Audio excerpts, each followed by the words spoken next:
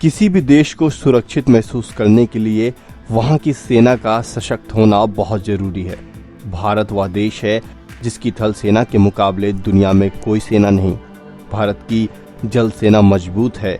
वायुसेना ने भी समय समय पर अपना दमखम दिखाया है। आने वाली 29 जुलाई को फ्रांस के मेरेनिक एयरबेस से राफेल फाइटर विमानों का पहला बैच 7000 किलोमीटर की दूरी तय कर भारत पहुंचेगा। इन मल्टी रोल फाइटर जेट्स के शामिल होने से भारतीय वायुसेना की ताकत कई गुना बढ़ जाएगी। राफेल विमान की जब से डील शुरू हुई यह काफी विवादों में रहा। मामला सुप्रीम कोर्ट तक पहुंचा। विपक्षी दलों ने इस मुद्दे को चुनावी मुद्दा बनाया, जिसका उनको फायदा भी मिला।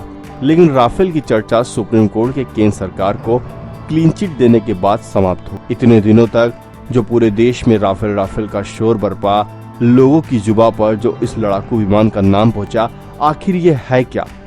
भारतीय वायुसेना को इस लड़ाकू विमान की जरूरत क्यों पड़ी? सबसे पहले हम आपको बताते हैं कि सभी रक्षा विशेषज्ञ क्या मानते हैं। विश्व के सभी रक्षा विशेषज्ञ का मानना है कि अब जंग उसी देश के द्वारा जीती जाएगी जिसकी वायुसेना में ताकत होगी। थल सेना के द्वारा जंग जीतने के दिन लद गए हैं। भारत के लिए ये विमान इसलिए जरूरी बन जाता है क्योंकि उसे दक्षिण एशिया में शक्ति संतुलन रखना है। इस विमान की मारक क्षमता और मिसाइल का मुकाबला करना भारत के पड़ोसी देशों के बस की बात नहीं है। 31 जुलाई 2012 को भारत ने फ्रांस को राफेल बनाने का टेंडर दिया था। उसको यह टेंडर सस्ती बोली व फील्ड ट्रायल के दौरान भारतीय परिस्थितियों और मानकों पर खरा उतरने के कारण मिला था। दरअसल वर्ष 2007 में भारत सरकार ने मल्टी रोल नए लड़ाकू विमानों के लिए टेंडर जारी किए थे, जिसमें अमेरिका ने F-16, F-18, रूस ने MiG-35, स्वीडन ने ग्रिपेन, फ्रांस ने राफेल और यूरोपीय समूह ने यूरोफाइटर टाइफून की दावेदारी पेश की थी। 27 अप्रैल 2011 को आखिरी दौड़ में यूरोफाइटर और राफेल ही भारतीय परिस्थितियों के अनुकूल पाए गए थे, लेकिन अंततः यह टेंडर राफेल को दिया गया। अब सवाल यह उठता है कि राफेल डील की जरूरत क्यों पड़ी? हम सभी लोगों के जहन में एक सवाल ने घर बनाया हुआ है कि भारत को राफेल की क्या जरूरत है। दरअसल भारत ने 1996 में सुखोई 30 के तौर पर आखिरी बार कोई लड़ाकू विमान खरीदा था। भारत की वायुसेना ताकत 31 स्क्वाड्रन है।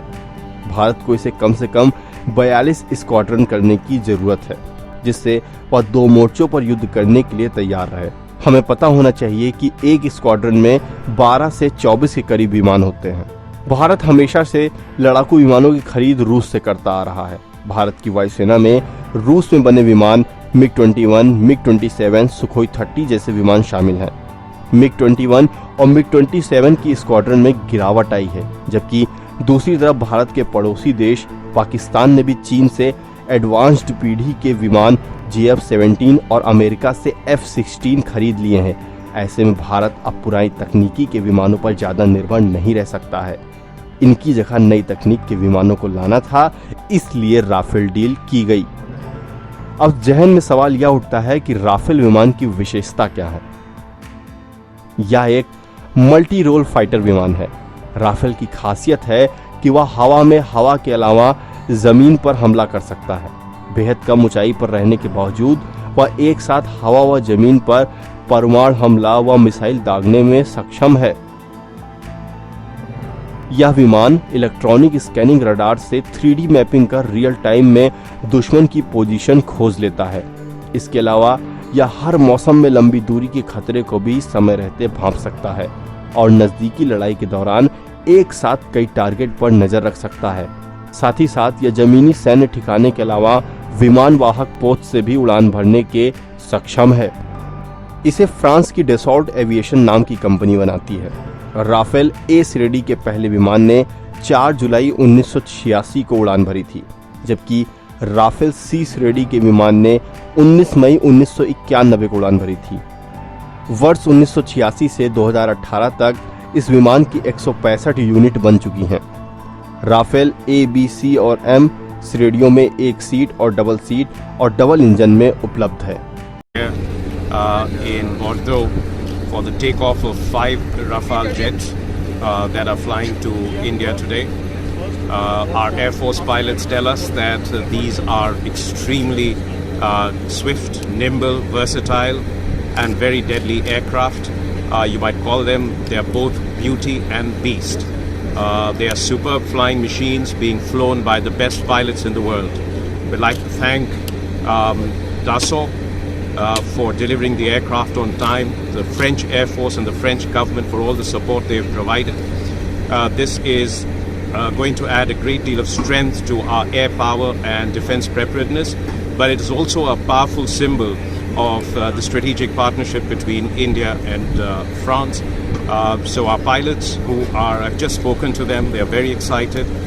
They are very proud to be flying these machines to India today. It's going to be a long flight, and it is a remarkable symbol of their professionalism, their endurance, and the skills that they have acquired during the training, that they'll be able to do this with mid-air refueling and just a single stop en route to India, which is actually quite a long distance.